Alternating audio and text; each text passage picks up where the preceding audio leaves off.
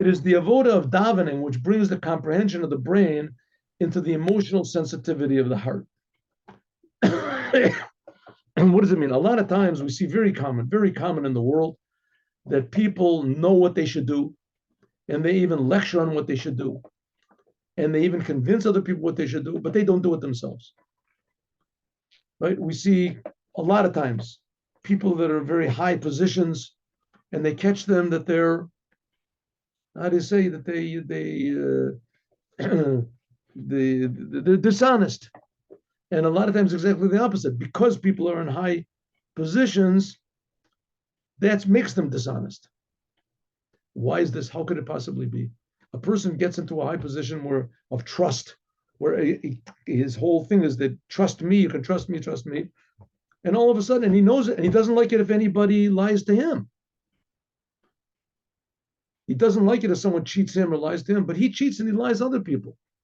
He can't control himself. Why? Because the brain and the heart are two different worlds. And sometimes a person in his brain can understand very well what's good and bad and what he should do and what he shouldn't do. But his heart all of a sudden has a big desire to do the opposite. And that's one of the big problems of mankind, right? That's ideally supposed to be the idea of psychiatrists and advisors and things like that, is to give the people a proper mindset that they can control their hearts. So every time a person starts to get depressed, he thinks about these ideas, and I got the wrong idea. Anytime he starts to get angry, he thinks about these ideas, and the ideas of, okay, what if the ideas are ideas about God? And that the reason that you should not get angry is because God doesn't want you to. God creates everything, and anger is just a sign of egotism. You don't really believe in God. God doesn't want you to be lustful and go after the lusts of your heart. Why? Because God doesn't want to. It's a bad thing. It makes me feel good. God doesn't want you to feel good about bad things. He wants you to feel good about good things. How do you control your heart? The heart is very, very powerful. Like we said, 99.999% of the people in the world, even if you tell them what's right, and they even believe what's right, they'll go against what's right.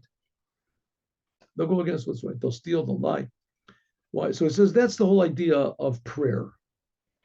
Prayer is supposed to be that you get emotional about God. You take the ideas about what God is. God creates everything. God creates me. God is infinitely good. The whole world is an amazing miracle. Everyone is precious. Everything is precious. All these wonderful ideas you have in your mind, but to bring it into your heart, that's not so easy. So that's the idea of prayer. Prayer is supposed to be you think about the ideas of the oneness of God, the goodness of God, the greatness of God, and you get excited about it. You realize, you make it real. You realize this God really is creating me right now. I am really talking to my creator. And when you feel this, it brings into your heart, it brings it into a way of practical service of doing the commandments.